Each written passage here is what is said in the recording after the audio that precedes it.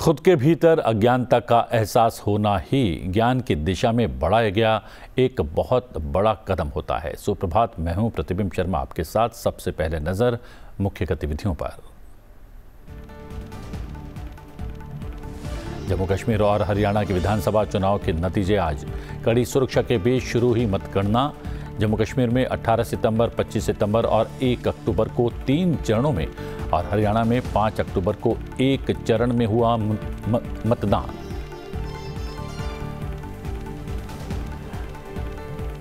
आज दिए जाएंगे 97वें राष्ट्रीय फिल्म पुरस्कार। विज्ञान भवन में होने वाले समारोह में राष्ट्रपति द्रौपदी मुर्मू करेंगी विजेताओं को सम्मानित। अभिनेता मिथुन चक्रवर्ती को वर्ष 2022 के Dada Saheb Phalke life time achievement पुरस्कार से किया जाएगा सम्मानित। प्रधानमंत्री नरेंद्र मोदी ने सार्वजनिक पद पर पूरे किए 23 साल। 7 अक्टूबर 2001 को पहली बार गुजरात के मुख्यमंत्री के तौर पर कार्यभार संभालने के बाद लगातार बने हुए संवैधानिक पद पर प्रधानमंत्री ने लोगों का आभार व्यक्त करते हुए कहा, पिछले कुछ वर्षों में बहुत कुछ हासिल किया गया, लेकिन अभी भी बहुत कुछ किया जाना बाकी है। भारत और मालदीव द्विपक्षीय संबंधों को और मजबूत करने के लिए एक व्यापक विजन दस्तावेज पर हुए सहमत। 40 करोड़ डॉलर की मुद्रा अदला बदली को लेकर किया गया समझौता। प्रधानमंत्री नरेंद्र मोदी ने भारतीय सहयोग से निर्मित 700 से अधिक सामाजिक आवास इकाइयां मालदीव को सौंपी। मालदीव में रूपे कार्ड से भुगतान की शुरुआत के साक्षी बने प्रधानमंत्री नरेंद्र मोदी और मालदीव के राष्ट्रपति ने राष्ट्रपति द्रौपदी मुर्मू और उपराष्ट्रपति जगदीप धनखड़ से भी की मुलाकात। मार्च 2026 तक नक्सलवाद को पूरी तरह समाप्त कर दिया जाएगा, बोले केंद्रीय गृह मंत्री अमित शाह। नक्सल प्रभावित राज्यों के मुख्यमंत्रियों और शीर्ष अधिकारियों के साथ की सुरक्षा स्थिति की समीक्षा। कहा, नक्सलवाद विकास की राह में सबसे बड़ी बाधा। नक्सलवाद से जुड़े सभी युवाओं से की हथियार छोड़कर मुख्य धारा में आने की अपील।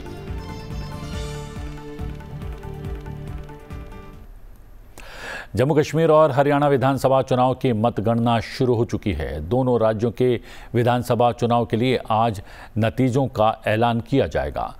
हरियाणा में मतगणना स्थलों पर 3 स्तरीय सुरक्षा व्यवस्था की गई है। वहीं जम्मू कश्मीर में वोटों की गिनती से पहले सुरक्षा के व्यापक इंतजाम किए गए हैं। सुरक्षा बल और एजेंसियां अलर्ट पर हैं। हरियाणा की 90 सीट पर 464 निर्दलीय और 101 महिलाओं सहित कुल 1031 उम्मीदवार मैदान में हैं। इन सीटों पर 5 अक्टूबर को एक ही चरण में मतदान हुआ था। वहीं जम्मू कश्मीर में 873 उम्मीदवारों के राजनीतिक भाग्य का आज फैसला होने वाला है। जम्मू कश्मीर में 3 फेज में यानी 18 सितंबर, 25 सितंबर और 1 अक्टूबर को मतदान हुआ था।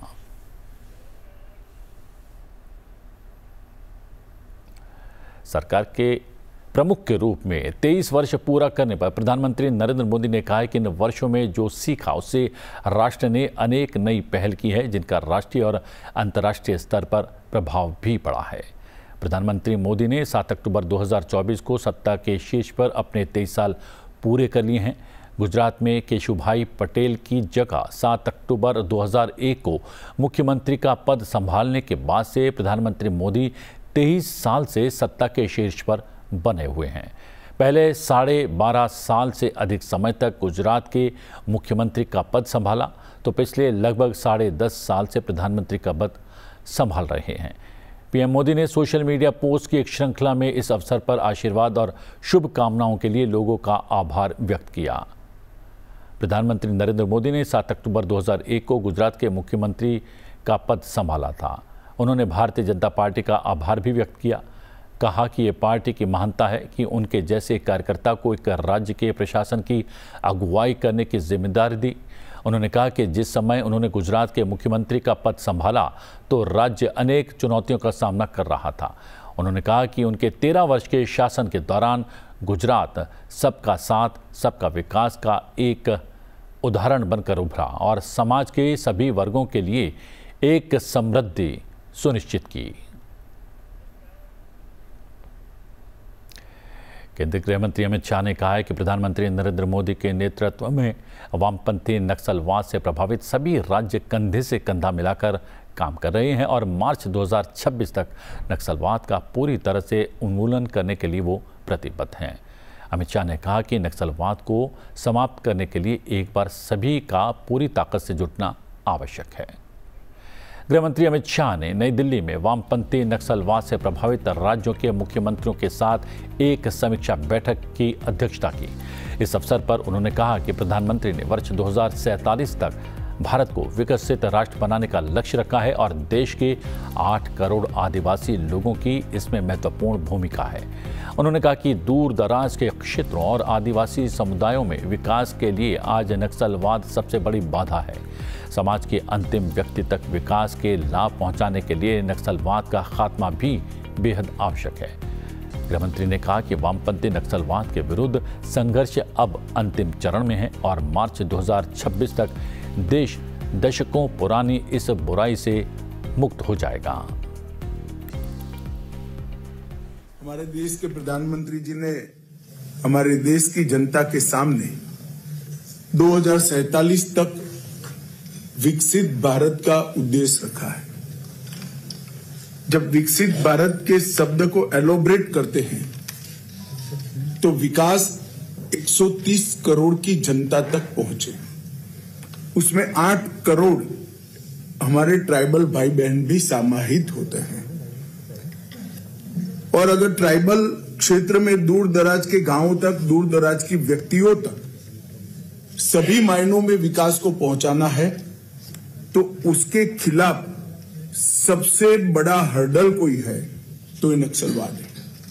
नक्सलवादी गांवों को ना शिक्षा से युक्त होने देते हैं, ना वहां स्वास्थ्य की सुविधाएं देने देते हैं, ना कनेक्टिविटी को आगे बढ़ने में मदद करते हैं, ना टेलीफोन सुविधाएं, पोस्ट और बैंकिंग सेवाओं को भी आगे बढ़ने देते हैं।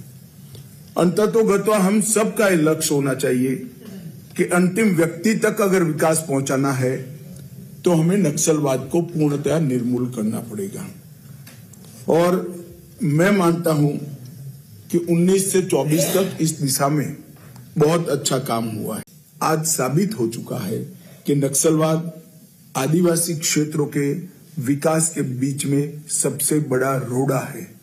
ये भी साबित हो गया है कि नक्सलवाद संपूर्ण मानवता का दुश्मन है और ह्यूमन राइट का सबसे बड़ा हनन अगर कोई एक गतिविधि से होता है तो नक्सलवाद से होता है।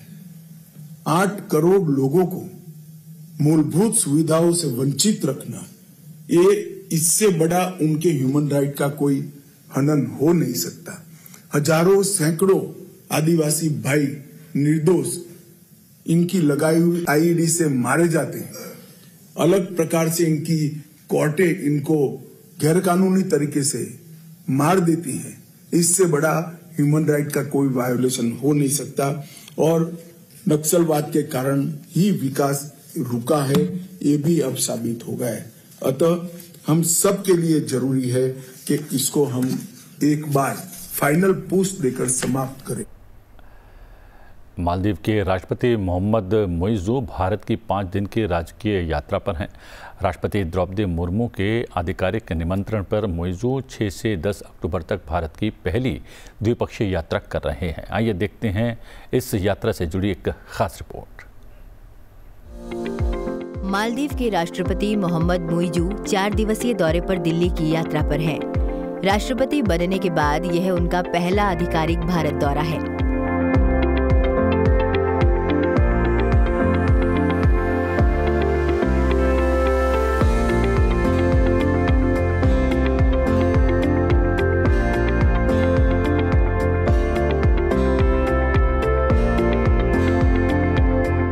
दौरे पर आए मालदीव के राष्ट्रपति मोहम्मद मुइज़ू ने प्रधानमंत्री नरेंद्र मोदी के साथ द्विपक्षीय मुलाकात की। यह मुलाकात हैदराबाद हाउस में हुई। इस दौरान भारत और मालदीव के बीच करेंसी, शिक्षा, भ्रष्टाचार को रोकने, न्यायिक और खेल के क्षेत्र से जुड़े कई समझौतों पर हस्ताक्षर हुए। हैदराबाद हाउस में शिखर वार्ता के बाद दोनों नेताओं ने संयुक्त बयान जारी किया। इस मौके पर प्रधानमंत्री नरेंद्र मोदी ने कहा कि भारत और मालदीव के संबंध सदियों पुराने हैं। भारत मालदीव का सबसे करीबी पड़ोसी और घनिष्ठ मित्र देश है। भारत और मालदीव के संबंध सदियों पुराने हैं और भारत मालदीव का सबसे करीबी पड़ोसी और घनिष्ठ मित्र देश है। हमारी नेबरहुड फर्स्ट पॉलिसी और सागर विजन ने मालदीव का महत्वपूर्ण स्थान है इन दोनों में। भारत ने सदैव मालदीव के लिए फर्स्ट रिस्पॉन्डर की भूमिका निभाई है, चाहे मालदीव के लोगों के लिए एसेंशियल कमोडिटीज की जरूरत पूरा करना हो, प्राकृतिक आपदा के समय पीने का पानी उपलब्ध कराना हो, कोविड के समय वैक्सीन देने की बात हो। भारत ने हमेशा अपने पड़ोसी होने के दायित्व को निभाया है। प्रधानमंत्री नरेंद्र मोदी और राष्ट्रपति मुइजू ने मालदीव में हनीमाधु अंतर्राष्ट्रीय हवाई अड्डे के रनवे का भी वर्चुअल माध्यम से उद्घाटन किया। प्रधानमंत्री ने कहा कि डेवलपमेंट पार्टनरशिप हमारे संबंधों का अहम पड़ाव है और हमने इसमें हमेशा मालदीव के लोगों के हित को प्राथमिकता दी है। डेवलपमेंट पार्टनरशिप हमारे संबंधों का अहम स्तंभ है और हमने इसमें हमेशा मालदीव के लोगों की प्राथमिकताओं को प्रमुखता दी है। इस वर्ष एसबीआई ने मालदीव के $100 मिलियन के ट्रेजरी बिल्स का रोल ओवर किया है। आज मालदीव की आवश्यकता अनुसार $400 मिलियन और 3,000 करोड़ रुपए का करेंसी स्वैप समझौता भी संपन्न हुआ है। इस मौके पर भारत के सहयोग से बनाए गए 700 से अधिक सोशल हाउसिंग यूनिट हैंडओवर किए गए। थिलाफुशी में नए कमर्शियल पोर्ट के विकास में भी सहयोग दिया जाएगा। आज भारत के सहयोग से बनाए गए 700 से अधिक सोशल हाउसिंग यूनिट्स हैंडओवर किए गए हैं। मालदीव के 28 आइलैंड्स पर पानी और सीवरेज प्रोजेक्ट्स पूरे किए गए हैं। इस दौरान मालदीव में रुपे कार्ड से भुगतान की शुरुआत हुई। प्रधानमंत्री नरेंद्र मोदी और मालदीव के राष्ट्रपति मोहम्मद मुइजू इस तरह के पहले लेन देन के गवाह बने। शिखर वार्ता के दौरान भारत और मालदीव मुक्त व्यापार समझौते पर भी सहमति बनी। दोनों देशों के बीच आने वाले समय में अदू में नया भारतीय कॉन्सुलेट और बेंगलुरु में मालदीव का नया कॉन्सुलेट खोलने पर भी सहमति बनी। अड्डू में नया भारतीय कॉन्सुलेट और बेंगलुरु में मालदीव का नया कॉन्सुलेट खोलने पर भी हमने बात की है। इन सभी पहलों से हमारे पीपल टू पीपल संबंधों को बल मिलेगा। दोनों देशों ने जलवायु परिवर्तन को बड़ी चुनौती बताते हुए इससे मिलकर निपटने का आह्वान किया। इंडियन ओशन रीजन में स्थिरता और समृद्धि के लिए हम मिलकर काम करेंगे। हाइड्रोग्राफी और डिजास्टर रिस्पांस में सहयोग बढ़ाया जाएगा। कोलंबो सिक्योरिटी कॉन्क्लेव में फाउंडिंग मेंबर के रूप में जुड़ने के लिए मालदीव का स्वागत है। इस बीच भारत और संयुक्त अरब अमीरात $2 अरब के अनुमानित निवेश से एक खाद्य गलियारा बनाने के लिए राजी हो गए हैं। ये गलियारा यूएई और अन्य खाड़ी देशों के बाजारों की आवश्यकताओं को पूरा करेगा। इससे भारत के किसानों को अधिक से अधिक आमदनी होगी और अधिक रोजगार भी सृजन होगा। वाणिज्य और उद्योग मंत्री पीयूष गोयल ने सोमवार को भारत यूएई उच्च स्तरीय कार्यबल की 12वीं बैठक के बारे में यहां आयोजित एक संवाददाता सम्मेलन में ये जानकारी साझा की। केंद्रीय मंत्री ने जानकारी साझा करते हुए कहा कि दोनों देशों के बीच खाद्य गलियारे की स्थापना को मिशन के तौर पर आगे बढ़ाने के लिए एक छोटा कार्य समूह भी गठित किया गया है, जिसमें केंद्र सरकार, संबंधित राज्य सरकारें और यूएई शामिल है। गलियारा एक और किसानों की आमदनी बढ़ाने में मदद करेगा, साथ ही हजारों युवाओं को खाद्य प्रसंस्करण में रोजगार देगा और यूएई की खाद्य सुरक्षा भी सुनिश्चित करेगा।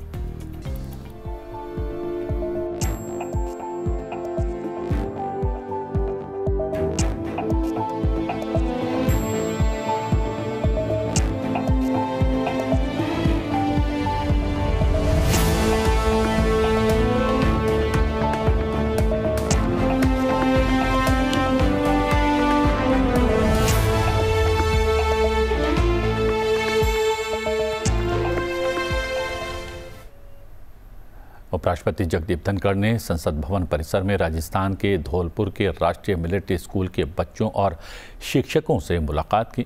इस अवसर पर उपराष्ट्रपति ने कहा कि छात्रों को अनुशासन और मर्यादा का पालन करते हुए निरंतर शिक्षा हासिल करनी चाहिए। उपराष्ट्रपति ने कहा कि अनुशासन केवल दिखाने की चीज़ नहीं है, ये एक ऐसी शक्ति है जो हमारे भीतर समाहित होनी चाहिए। उपराष्ट्रपति ने छात्रों से खुद पर विश्वास रखने की बात कही। उन्होंने कहा कि डर सबसे बड़ा दुश्मन है। अगर आप किसी चीज़ से डरने लगते हैं तो आप खुद को कमज़ोर कर रहे हैं। उपराष्ट्रपति ने छात्रों से देश को सर्वोपरि रखने की बात भी कही। On this occasion, I will make an appeal to you on some aspects. One, always keep on learning. Never stop learning. Your thirst to acquire knowledge should be growing every day. You should be really informed about your country, about your history, about our culture, about our places of tourism, about our governance. At your age, you need to be informed. I will appeal to you to at least go once to the library carefully and come with a book which you want to read. Biographies are good. If small biographies are there, once you start reading, then you'll come to know about great persons. Never neglect your attitude, your aptitude. If you have interest in music or sports or painting, nurture that also. It is required. You must be ambassadors of your institute wherever you go, by discipline, by decorum. You must stand out that they are cadets of a military school, which means discipline. Discipline is not something to be shown. Discipline is something which has to be your habit. It has to be ingrained in you. Number two, always believe in your country. Your country's interests are uppermost. You have to understand what is nationalism. Medicine और physiology के क्षेत्र में Nobel पुरस्कारों की घोषणा हो गई है। इस साल मेडिसिन का नोबेल पुरस्कार विक्टर एम्ब्रोज और गैरी रूवकोन को मिला है। इन्हें ये पुरस्कार माइक्रो आरएनए की खोज के लिए दिया गया है। नोबेल प्राइज़ देने वाली कमेटी ने कहा था कि इनकी दी गई mRNA टेक्नोलॉजी से बनी कोरोना वैक्सीन के जरिए दुनिया कोरोना महामारी से निकल पाई है। Micro RNA genetic material RNA का छोटा टुकड़ा होता है जो कोशिका के स्तर पर जीन की कार्यप्रणाली को बदल करने में सक्षम होता है। माइक्रो आरएनए की जीन की गतिविधि को नियंत्रित करने और जीवों के विकास में महत्वपूर्ण भूमिका होती है। दोनों वैज्ञानिकों की खोज ने जीन को नियंत्रित करने के नए सिद्धांतों के बारे में बताया है। उनके शोध से ये समझने में मदद मिली है कि शरीर में कोशिकाएं किस प्रकार से काम करती हैं। भारतीय सिनेमा में शानदार प्रदर्शन करने वाले कलाकारों को सम्मानित करने के लिए आज नई दिल्ली के विज्ञान भवन में 17वें राष्ट्रीय फिल्म पुरस्कार आयोजित किए जाएंगे, जिसमें मनोरंजन जगत के कई सितारे और राजनीतिक हस्तियां शामिल होंगे। विज्ञान भवन में होने वाले समारोह में राष्ट्रपति द्रौपदी मुर्मू आज विजेताओं को सम्मानित करेंगी। इन नेशनल अवार्ड्स की घोषणा 16 अगस्त 2024 को की गई थी। अभिनेता मिथुन चक्रवर्ती को वर्ष 2022 के Dada Saheb Phalke life time achievement पुरस्कार से सम्मानित किया जाएगा। बेस्ट फीचर फिल्म आट्टम को पुरस्कार दिया जाएगा। बेस्ट एक्टर ऋषभ शेट्टी कांतारा के लिए सम्मानित होंगे। बेस्ट एक्ट्रेस के लिए नित्या मेनन और मानसी पारेख को सम्मानित किया जाएगा। इन पुरस्कारों का सीधा प्रसारण इन पुरस्कार समारोहों का सीधा प्रसारण आप दोपहर 3 बजे देख सकते हैं।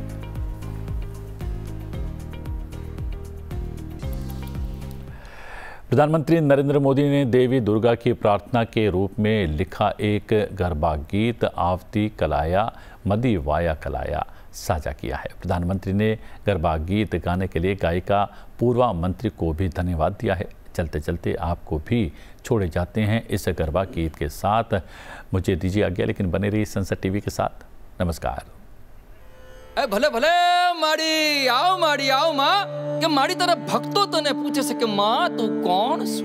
क्यारे हमने कहेવાનું मन થાય કે જીવન આપે ઈ માં, જીવન સજાવે ઈ માં, સૂરજનું તેજ ને ચંદ્રમાની શીતળતા ઈ માં। અમને સુખ દુઃખમાં સંભાળતી, થાપડતી, ઝૂલે ઝૂલાવતી, ગળે લગાવતી ને ભૂલ થાય તો પાઠે ભણાવતી એવી તું માં છે। માં અંબા જગદંબા મારી માં છે, તું સમગ્ર વિશ્વની માં છે ને આ યુવાનિયાઓ હોજે છે તારા નવલા રૂપ સ્વરૂપ ને માં। તો આવો સંભળાવું તમને કોણ છે ઈ મારી માડી।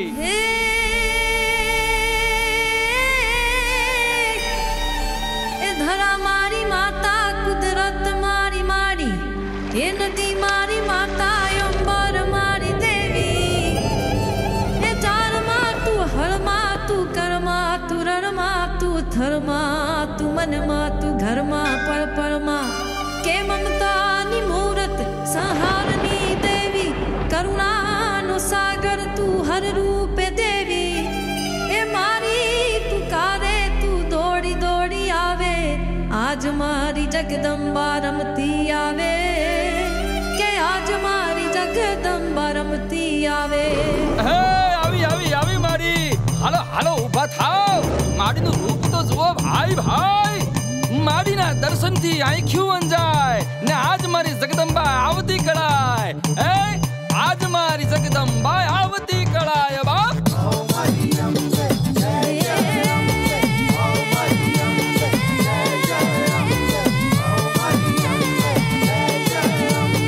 आवती कड़ाय मरी आवती कड़ाय, आज मारी जगदम्बा आवती कड़ाय। आवती कड़ाय आवती कड़ाय आवती कड़ाय आवती कड़ाय।